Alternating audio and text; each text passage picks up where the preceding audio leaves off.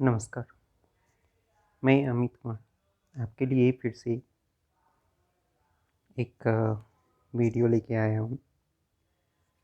ये competitive exam का second class के रूप में हम लोग ले रहे हैं।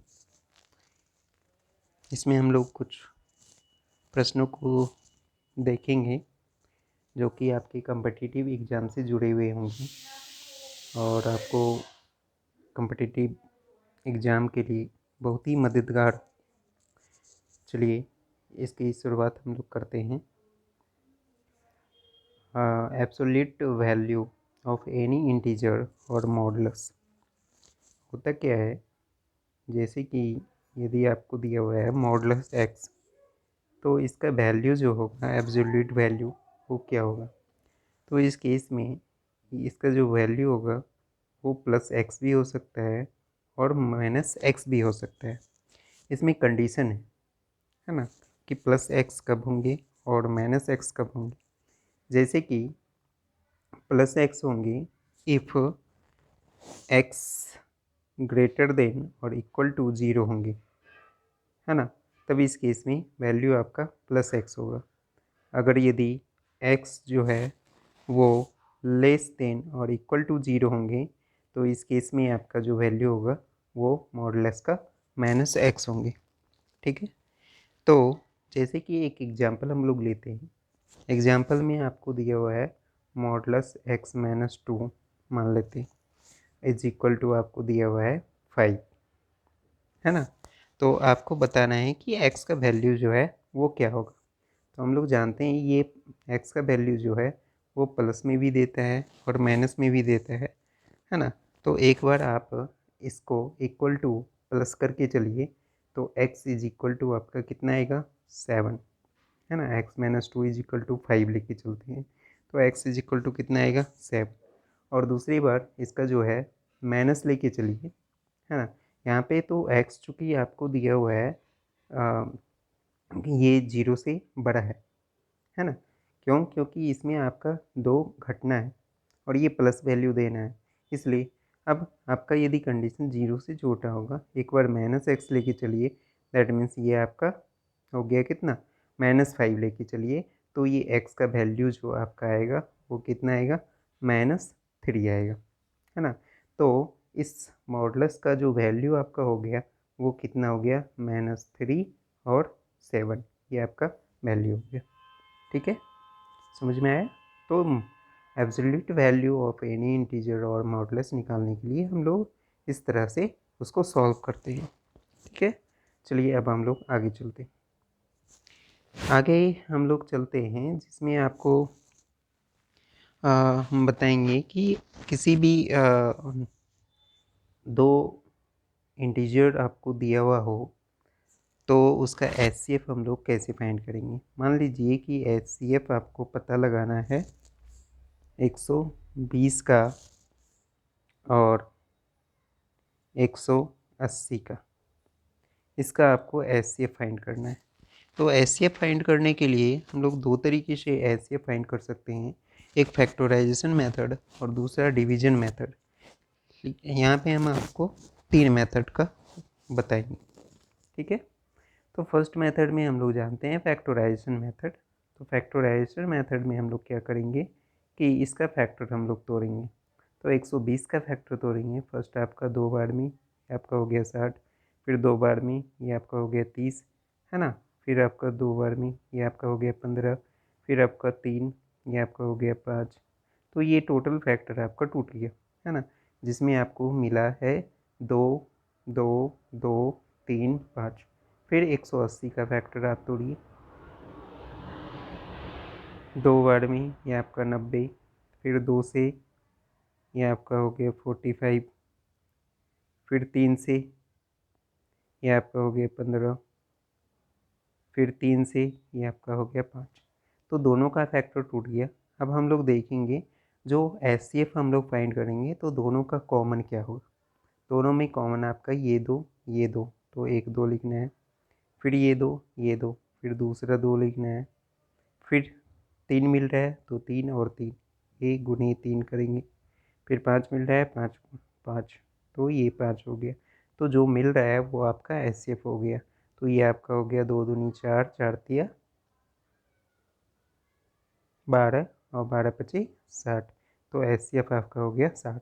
इसको हम लोग कहते हैं फैक्टराइजेशन मेथड। सबसे पहले आप इसको फैक्टर तोड़िएगा और उसके बाद दोनों में जो कॉमन जो फैक्टर है उसको लेके हम लोग सॉल्व करेंगे, तो मल्टीपल कर देंगे तो वो हमको एचसीएफ बताएगा। अगर इसी में हमको एलसीएम निकालना है तो एचसीएफ के साथ इसमें जो फैक्टर नहीं मिल रहा है उसको भी हम लोग ले लेंगे। तो ये एक्स्ट्रा बच गया और ये भी एक्स्ट्रा बच गया, 2 और 3 एक्स्ट्रा बच गया तो ले लेंगे इसको। 3 दूनी 6 यानी ये आपका हो गया कितना 360। ये आपका हो गया एलसीएम। ठीक है, चलिए अब हम लोग देखते हैं आगे। इसी का सेकेंड मेथड हम लोग देखते हैं। सेकेंड मेथड हम लोग कहते हैं इसको डिवीजन मेथड, है ना। तो डिवीजन मेथड में हम लोग एचसीएफ फाइंड करने के लिए क्या करेंगे, उसमें से जो छोटा नंबर है ना, छोटा नंबर से बड़े नंबर को भाग दे देंगे। एक बार में ये आपका हो गया 60। फिर जो आया शेषफल उससे भाग दे देंगे जो ये नंबर है। ये आपका हो गया कितना 2 बार में ये आपका 60, सॉरी 120। ये आपका कैंसिल 0 आ गया। तो जितनी बार ये 0 आ गया जिसके भाग देने पर तो वो आपका हो गया क्या एचसीएफ। तो एचसीएफ आपका हो गया कितना 60, है ना। जो शेषफल आएगा उससे जो है डिवाइजर से भाग देते जाएंगे, है ना, डिवाइजर को भाग देते जाएंगे और लास्टली जो डिवाइजर 0 हमको शेषफल देगा वो आपका एचसीएफ बतलाएगा। इसको कहते हैं डिवीजन मेथड। चलिए इसी का हम लोग थर्ड मेथड चलते हैं। थर्ड मेथड में हम लोग क्या देखेंगे, है ना, कि इस दोनों का डिफरेंस देखेंगे, ये और 180 दोनों का डिफरेंस आपका है कितना 60। यदि डिफरेंस दोनों नंबर को जो कि आपको दिया हुआ है नंबर या 3 नंबर हो या 4 नंबर हो, है ना, यदि डिफरेंस उसको एक्चुअली पूर्णतः डिवाइड करता है तो वही आपका एचसीएफ होगा इटसेल्फ, दोनों का डिफरेंस। तो यहाँ पे ये 60 से 120 पूर्णतः डिवाइड हो जाता है, शेषफल 0 देता है। और 60 से 180 भी पूर्णतः डिवाइड हो जाता है 3 बार में, है ना। तो दोनों नंबर डिवाइड हो रहा है इसलिए इस केस में डिफरेंस ही आपका होगा एचसीएफ। तो एचसीएफ कितना हो गया 60। ठीक है, थर्ड मेथड आपने समझ लिया। चलिए एक और ले लेते हैं इसका एग्जांपल, और हम लोग फैक्टराइजेशन मेथड से नहीं, आप केवल 2 ही मेथड से देखेंगे जो आपको लास्टली बताए हैं, है ना। तो जैसे आपको एचसीएफ निकालना है, मान लेते हैं आपको दिया हुआ है 30, फिर आपको दिया हुआ है 42, फिर आपको दिया हुआ है 135। इस बार 3 नंबर ले लेते हैं आपको। तो यदि हम लोग थर्ड मेथड से देखें तो थर्ड मेथड में आपको बताएं कि डिफरेंस देखना है। तो डिफरेंस आपका 42 और 30 का हो गया 12, है ना। फिर 135 और 42 का कितना हो गया 93। ठीक है, अब इस दोनों का डिफरेंस में आप ये देखिए कि दोनों में कॉमन डिफरेंस क्या है। कॉमन हो गया, इसको 4 गुने 3 लिख सकते हैं, इसको 31 गुने 3 लिख सकते हैं। तो दोनों में 3 आपका क्या है कॉमन, इसलिए आपका एचसीएफ जो हो गया वो कितना हो गया 3 हो गया। ठीक है, जो दोनों में कॉमन फैक्टर होगा डिवाइजर में वही आपका एचसीएफ होगा। ठीक है, चलिए अब इसको हम लोग डिवीजन मेथड से देखते हैं। डिवीजन मेथड में आपको क्या बताए थे कि फर्स्ट वाले 2 नंबर को यदि लेते हैं तो जो छोटा है छोटे वाले से बड़े वाले को भाग देंगे। तो ये आपका 30, ये आपका हो गया 12। फिर 12 से भाग देंगे 30 को, 12 दूनी आपका हो गया 24, ये आपका 6, फिर ये आपका 12, है ना। फिर ये आपका हो गया कितना 6 से 2 बार में आपका कैंसिल हो गया, है ना। आपका शेषफल कितना दिया 0। अब चूँकि इसको भी ये डिवाइड करना चाहिए, ये एचसीएफ यदि होगा तो ये दोनों का तो एचसीएफ निकल गया 6, है ना। बट इसको ये डिवाइड कर रहा है क्या नहीं, ये भी तो देखना पड़ेगा, क्योंकि एचसीएफ सभी नंबर को डिवाइड करना चाहिए, है ना, तब वो एचसीएफ होगा। तो यहाँ पे चूँकि ये सम नहीं है, ये आपका विषम है, और यहाँ पे ये सम है, तो सम तो कभी भी सम को डिवाइड नहीं करेगा, इसलिए इसका आप फैक्टर तोड़िए, है ना, या इससे आप फैक्टर तोड़ेंगे तो ये आपका कितना हो गया, या तो आप क्या कर सकते हैं, इस दोनों को डिवाइड कर सकते हैं, है ना, 42 और कितना 135, ठीक है। तो 3 बार में 4 तिया 12, ये आपका कितना हो गया, 3 दूनी 6, 4 तिया 12, ये आपका शेषफल कितना आ गया 9। फिर 42 से भाग दीजिए, 9 चौके कितना 36 हो गया, ये शेषफल आपको कितना दिया, शेषफल कितना हो गया 6। फिर 6 से भाग दिए, ये आपका कितना एक बार में, तो ये 6, शेषफल कितना आया 3, फिर 3 से 6 को भाग दीजिएगा तो ये पूर्णतः कट जाएगा, अतः शेषफल आपका कितना आया 3 आया, जो कि पूर्णतः डिवाइड कर रहा है उस नंबर को, इसलिए एचसीएफ आपका कितना हो गया 3 हो गया, ठीक है। तो इतना करने से आपका आसान मेथड जो है वो जो है थर्ड मेथड आपको बताई कि डिवाइजर को आपको देखना है, ये सॉरी आपको डिफरेंस फर्स्ट देखना है, और डिफरेंस में जो कॉमन आ गया वही आपका आंसर हो गया। जैसे ये है तो इस दोनों का डिफरेंस कितना आया 12, और इस दोनों का डिफरेंस कितना आया था 93, इसका फैक्टर में दोनों में क्या कॉमन है, तो 3 कॉमन है दोनों में, इसलिए आपका एचसीएफ कितना हो गया 3 हो गया, ठीक है। चलिए आगे चलते हैं इस प्रश्न को लेते हुए, ठीक है। कहता है कि find the greatest possible number which when we divide 37 and 58 it leaves the respective reminders of 2 and 3। तो ये 2 और 3 रिमाइंडर हमको देता है। चलिए, तो आपका फर्स्ट नंबर कितना होगा जो कि पूर्णतः डिवाइड हो जाएगा, यदि 2 इसमें माइनस कर दें तो रिमाइंडर अब बचेगा ही नहीं, यानी फर्स्ट नंबर कितना हो गया 35। फिर उसी प्रकार से आपका 58 था, जिसको भाग देने पे 3 से शेषफल बचता है, तो 3 को यदि माइनस कर दें तो रिमाइंडर आपका कितना हो गया, ये 55। तो ये आपका नंबर हो गया। अब दोनों में जो कॉमन हो गया वही आपका क्या हो गया, एचसीएफ हो गया। तो एचसीएफ तो नंबर को डिवाइड करता है, तो ये दोनों का कॉमन हो गया चूँकि 5, तो इसलिए हुआ नंबर ग्रेटेस्ट पॉसिबल नंबर कितना है 5, ये आपका आंसर हो गया, ठीक है। चलिए आगे हम लोग चलते हैं। आगे कहता है कि find the largest possible number with which when 38, 66 और 80 are divided, the remainders remains some same. इस केस में आपको सेम मिलता है रिमाइंडर। तो जब सेम रिमाइंडर मिलता है तो इसके लिए सॉल्व करने के लिए आप क्या करेंगे, नंबर जो कि बड़ा है उसमें छोटे को घटाएंगे, ये फर्स्ट नंबर आपको मिल जाएगा। फिर दूसरे नंबर निकालने के लिए उसी तरह से 80 में 66 घटाएंगे, फिर 80 में 38, है ना, तो ये फर्स्ट नंबर मिलेगा, ये सेकेंड और ये थर्ड, और तीनों का जो एचसीएफ होगा वो आपका आंसर हो गया, है ना। तो इसको घटाने पे ये आपका कितना आएगा 28, फिर इसको घटाएंगे तो ये आपका कितना देगा,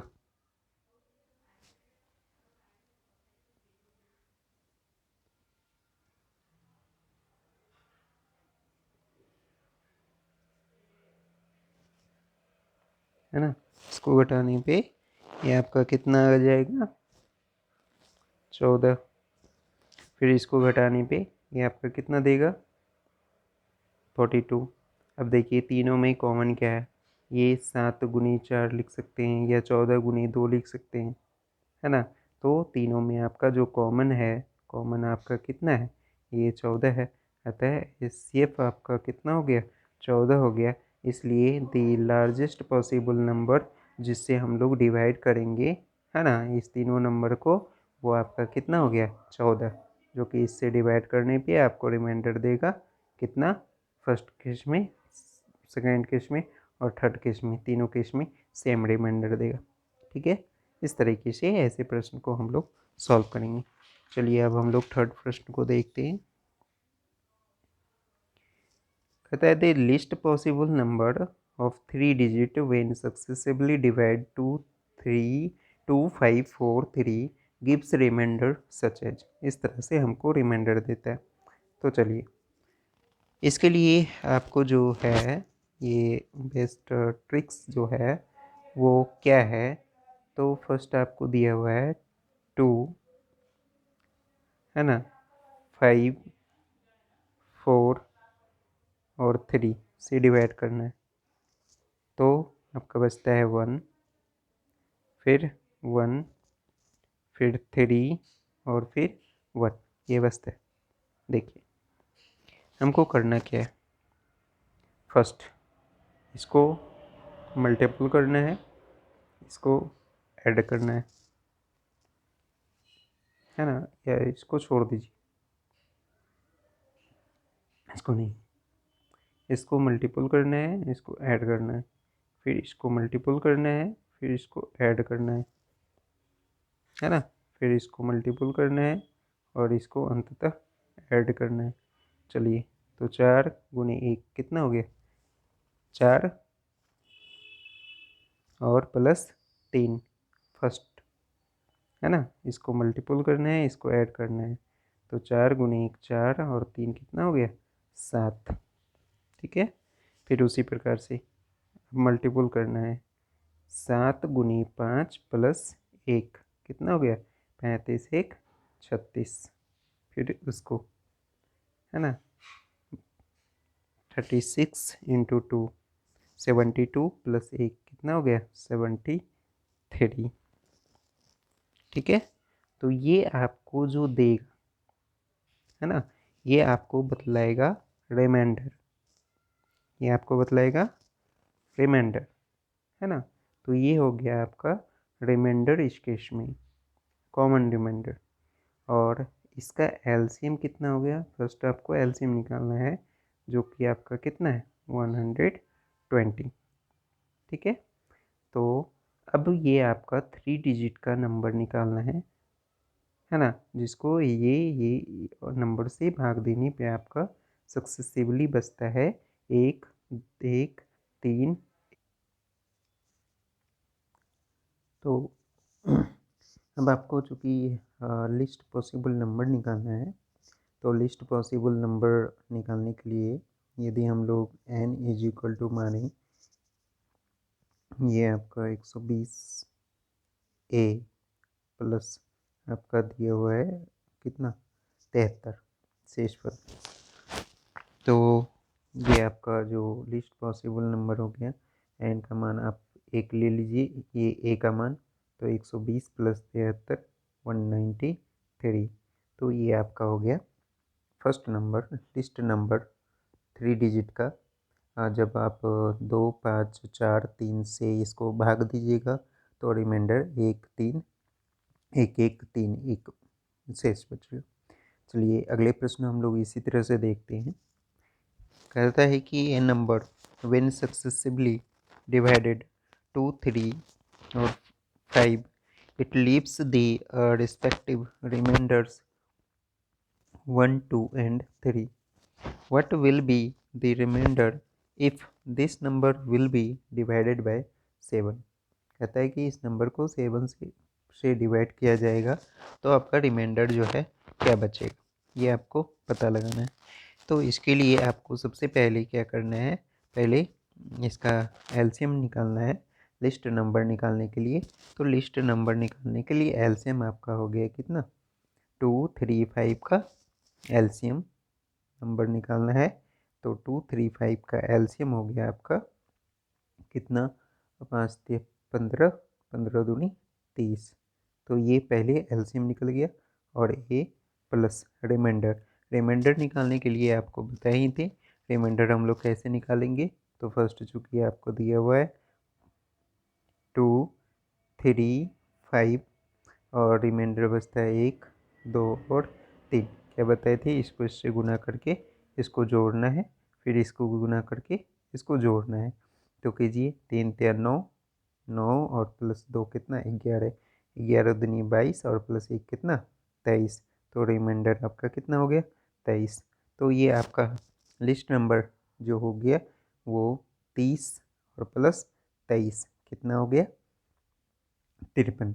अब आपको कहता है कि 7 से इसको डिवाइड करना है तो क्या शेषफल बचेगा, तो 7 से इसको डिवाइड कर दीजिए तो शेषफल आपका 7 7 से 49 हो गया, तो शेषफल आपका 4 बचा। यही आपका आंसर हो गया। चलिए इसी प्रकार से हम लोग एक और प्रश्न देखते हैं और क्लियर हो जाएगा ये। कहता है कि a number when divided successively by 6 7 and 8 it leaves the respective remainders 3 5, ये 3 5 है नॉट 35 है ना,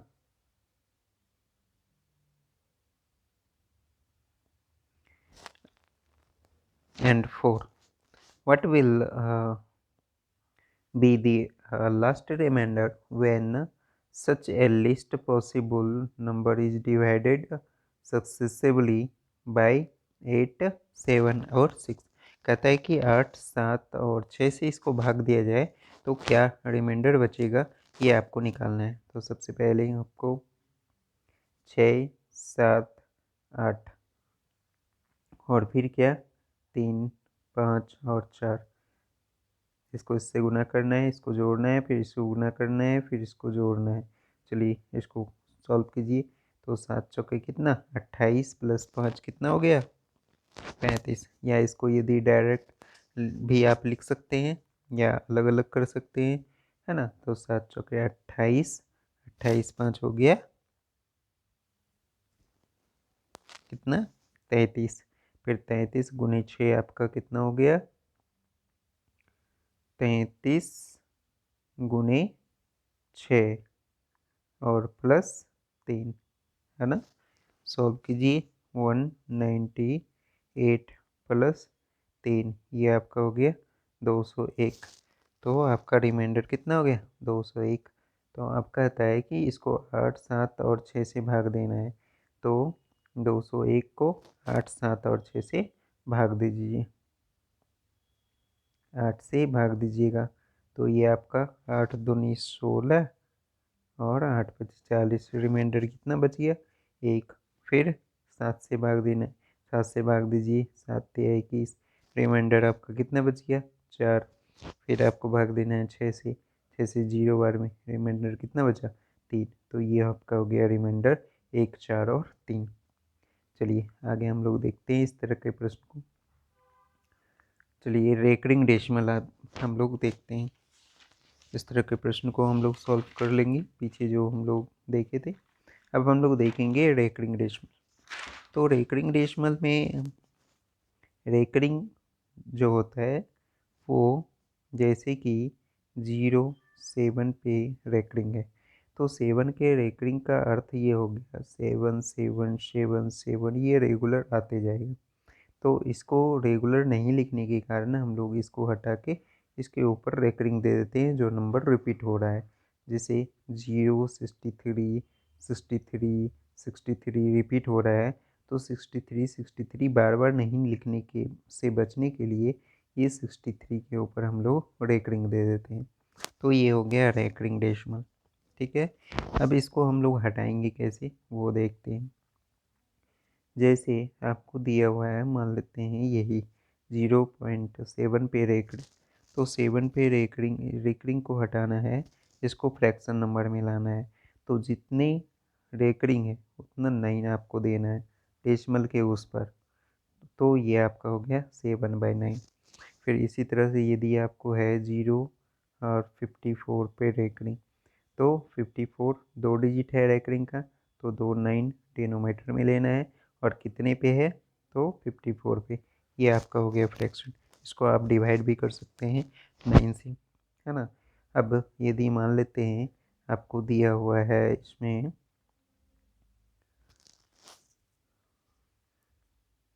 2.357 और 357 पर रेकरिंग है, तो इसको डेसिमल फ्रैक्शन में लाने के लिए 2, है ना, 357, अब इसको रेकरिंग में लाना है, तो कितने 1 2 3 है, 3 9 नीचे दे देंगे, ये आपका हो गया।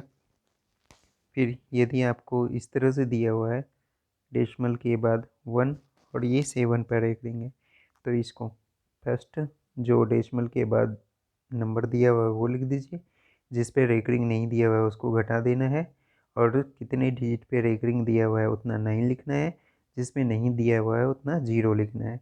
बस सॉल्व कीजिए, ये आपका हो गया 16/90। इस तरह से रेकरिंग हम लोग हटाएंगे, ठीक है।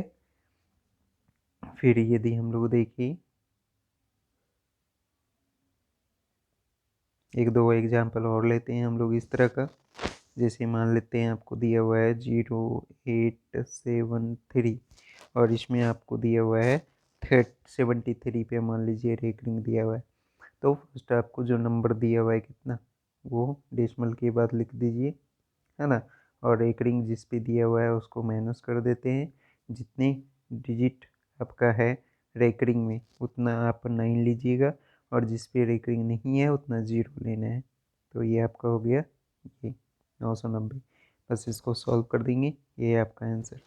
एक और एग्जाम्पल लेते हैं, अच्छे से समझ में आ जाएगा। 78 मान लीजिए ये आपका है, और 9 7 और 3 पर रेकरिंग है आपका, है ना। तो इसको सॉल्व करेंगे, तो पहले आपका जो नंबर दिया हुआ है डेसिमल के बाद उसको लिख दीजिए, और जिस पे रेकरिंग है उसको आप, जिस पर रेकरिंग नहीं है उसको आप क्या कीजिएगा, उसमें से माइनस कर देना है। तो किस पे रेकरिंग नहीं है, और सॉरी इसमें रेकरिंग किस पे नहीं था, 8 पे ना, तो 8 को माइनस कर देना है। इसमें रेकरिंग किस पे नहीं है, 78 पे, तो 78 इसमें माइनस कर देंगे, और डिवाइड जितनी पे रेकरिंग है उतना 9 देना है, जिस पे रेकरिंग नहीं है उतना 0 लिख देना है। ये आपका हो गया। फिर उसी तरीके से यदि हम लेते हैं एक एग्जाम्पल और, चलिए लेते हैं।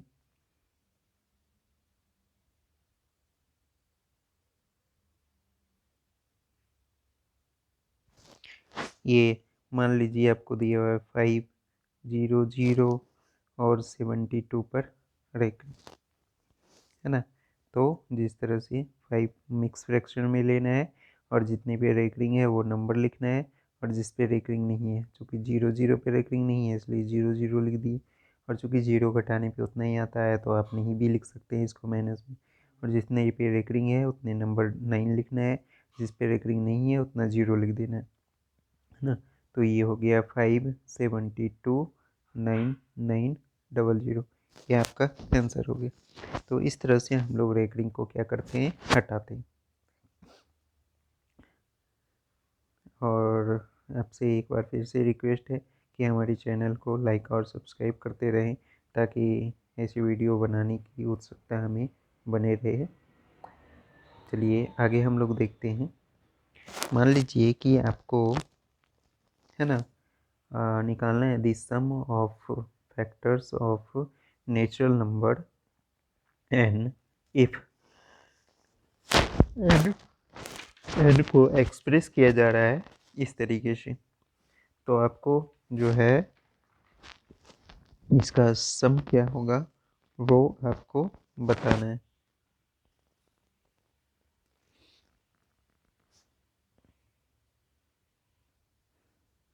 एन को आप एक्सप्रेस कर रहे हैं ए पे पावर पी, बी पे पावर क्यू, सी पे पावर आर, डी पे पावर एस। तो इस तरह से जो इसका फैक्टर्स होगा, तो वो कितने फैक्टर्स होंगे ये निकालने के लिए, है ना, डायरेक्ट फार्मूला आपको हम लोग देते हैं। इसको निकालने के लिए आप क्या कीजिएगा कि ए, इस पे जो पावर है उसको 1 बढ़ा के माइनस कर देना है। फिर उसी तरह से बी, इस पे जो पावर है उसको 1 बढ़ा देना है, और फिर 1 को माइनस कर देना है। इसी तरह से चलते जाना है ना। डिवाइड बाई a-1, है ना, फिर b-1, फिर c-1, इस तरह से आगे बढ़ते जाना है। एक एग्जांपल लेते हैं, अच्छे से समझ में आएगा। मान लीजिए कहता है कि find the sum of the factors 19600। इसका फैक्टर्स का सम निकालना है। तो क्या करेंगे, सबसे पहले इसका फैक्टर्स तोड़ेंगे, है ना। तो फैक्टर्स तोड़ेंगे तो ये इसको यदि अलग कर लेंगे तो ये 100 हो गया और 196। तो 100 को हम लोग लिख सकते हैं 25 गुनी 4 यानी 5 पे पावर 2 और 2 पे पावर 4 ये हो गया। इसको 196 49 इंटू 4 लिख सकते हैं। तो आप इसको लिख सकते हैं 2 पे पावर 4 इंटू 7 पे पावर 2। तो ये आपका हो गया एक्सप्रेशन। अब यहाँ पे आपका जो ए हो गया वो ये, बी हो गया ये, सी हो गया ये। तो अभी आपको बताया 1 पे पावर, है ना, क्या करना है, 2 1 3 में 1 घटा देना है। तो 5 पे पावर 3 माइनस 1, फिर 2 पे पावर 5 माइनस 1, फिर 7 पे पावर 3 माइनस 1 बटे 5 में 1 गया 4, फिर 2 में से 1 गया 1, 7 में से 1 गया कितना 6। बस इसको आप सॉल्व कर दीजिए। तो ये 5 पे पावर 3 आपका हो गया 32 में से गया कितना 31। फिर ये 2 पे पावर 5 आपका हो गया कितना 32 में से 1 गया कितना हो गया 31, है ना। सॉरी, ये 5 पे पावर 125 में से 1 गया कितना 124। और ये आपका 7 पे पावर 3 माइनस 1, ये आपका 343 माइनस 1, ये हो गया 342 डिवाइड बाई 4 इंटू 6। बस सॉल्व कर दीजिए। ये आपका आएगा 54777। तो ये आपका हो गया फैक्टर्स का सम। ठीक है, चलिए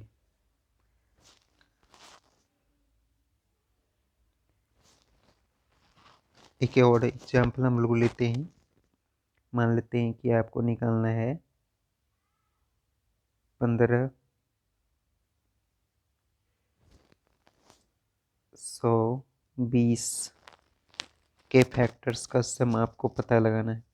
तो सबसे पहले इसका फैक्टर्स यदि लिखते हैं तो 2 पे पावर 4 गुनी 5 और गुनी 19 आप इसको लिख सकते हैं। दैट मीन्स 19 पे पावर 1। फिर उसी तरह से इसको तोड़िए, 2 पे पावर 4 1 5 माइनस 1, फिर 5 पे पावर 1 है तो 2 माइनस 1, फिर 19 पे पावर कितना 1 है तो 2 माइनस 1 डिवाइड बाई, फिर 2 माइनस 1 1, 5 में 1 गया 4, फिर 19 में से 1 गया कितना 18। बस सॉल्व कर दीजिए। ये आपका हो गया 31 और ये 5 24 और ये 19 पे पावर 2 माइनस 1। सॉल्व करेंगे 361 माइनस 1 360, ये हो गया 4 गुनी कितना 18। सॉल्व करेंगे, ये 2 बार में कैंसिल हो गया, 4 से ये 6 बार में कैंसिल हो गया और गुना करने पे आपका आ गया 3720। तो ये आपका हो गया उसके फैक्टर्स के सम। ठीक है, चलिए